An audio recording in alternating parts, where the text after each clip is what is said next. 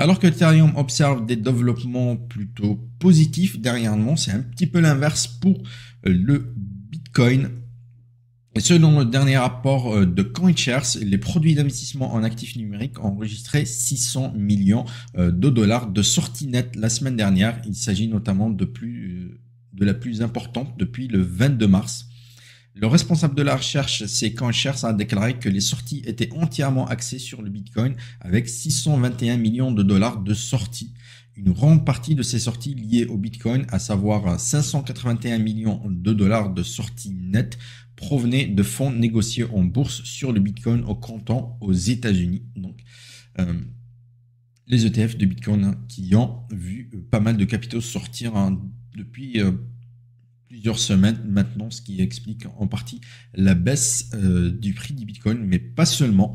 Et dans une autre actualité liée au Bitcoin toujours, on a les données de CryptoQuant qui montrent que les réserves des mineurs de Bitcoin ont plongé à des niveaux bas jamais vus depuis 2021. Les réserves des mineurs révèlent la quantité de Bitcoin détenus par les portefeuilles des mineurs affiliés et la valeur indique la réserve que les mineurs peuvent encore vendre. Et selon Lucas Otumuro, responsable de la recherche chez Into the Block, les mineurs devraient détenir moins de Bitcoin au fil du temps car le halving pèse sur leur marge, ce qui les incitera à vendre leurs réserves. Bien que les réserves des mineurs aient atteint leur niveau le plus bas depuis plusieurs années, leurs avoirs mesurant en dollars américains sont tout de même restés à un niveau record d'environ 135 milliards de dollars en raison de l'augmentation du prix du Bitcoin au cours des derniers mois. Pour rappel, depuis le halving, le seuil de rentabilité des mineurs de Bitcoin a augmenté et est désormais estimé à environ 80 000 dollars, globalement entre 75 000 et 80 000 dollars selon la situation de chaque mineur. Cela veut dire que les mineurs opèrent à perte lorsque le prix du Bitcoin est en dessous de 80 000 dollars, ce qui est le cas actuellement, menant à la fermeture de plusieurs sociétés de mining, et que même les sociétés qui ont les coûts les plus faibles souffrent avec une marge très réduite. Cela par contre n'effraie pas Deutsche Telekom qui a annoncé son intention de miner des bitcoins en plus d'exploiter des nœuds pour divers réseaux, de même que l'opérateur de télécommunications chinois Coolpad qui va dépenser 13,5 millions de dollars pour l'achat d'appareils de mining de bitcoin en Amérique du Nord.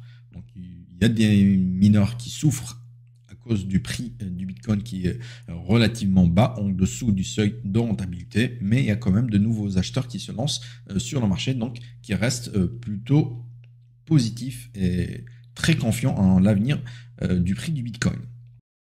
Pour résumer, lorsque certains vendent et d'autres en profitent pour acheter à un meilleur prix, bien évidemment, lorsque le prix baisse, quand il y a des vendeurs, le prix baisse, il y a des acheteurs, et c'est le cas de MicroStrategy qui a acheté 11 931 bitcoins supplémentaires et détient désormais 226 331 BTC selon un communiqué de presse officiel. MicroStrategy a acquis 11 931 bitcoins supplémentaires pour environ 786 millions de dollars. C'est ABC. Et à ce jour, l'entreprise détient 226 331 bitcoins acquis pour environ 8,33 milliards de dollars à un prix moyen de 36 798 dollars par bitcoin. Donc l'investisseur très connu MicroStrategy qui continue d'accumuler du Bitcoin et qui profite de la récente baisse des prix, bien évidemment, pour en acheter davantage. Et c'est peut-être ce que beaucoup d'investisseurs du Bitcoin qui ont une vision de long terme sur la crypto-monnaie devraient faire en ce moment.